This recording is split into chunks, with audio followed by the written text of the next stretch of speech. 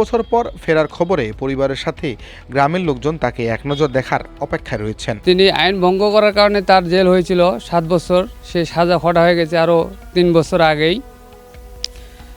মূলত সে হত্যা মামলায় নির্দোষী পাইছিল, কিন্তু বিনা অপরাধে অনেক দিন সে বন্দী ছিল।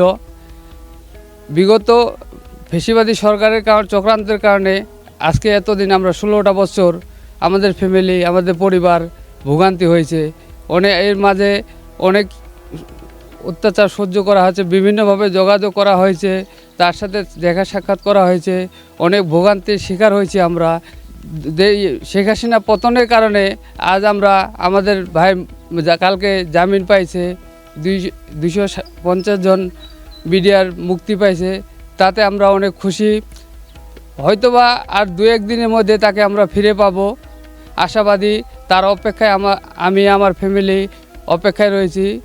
আমরা তার জামিনের কারণে অনেক খুশি, আমার পরিবার খুশি, পাড়া প্রতিবেশী সব।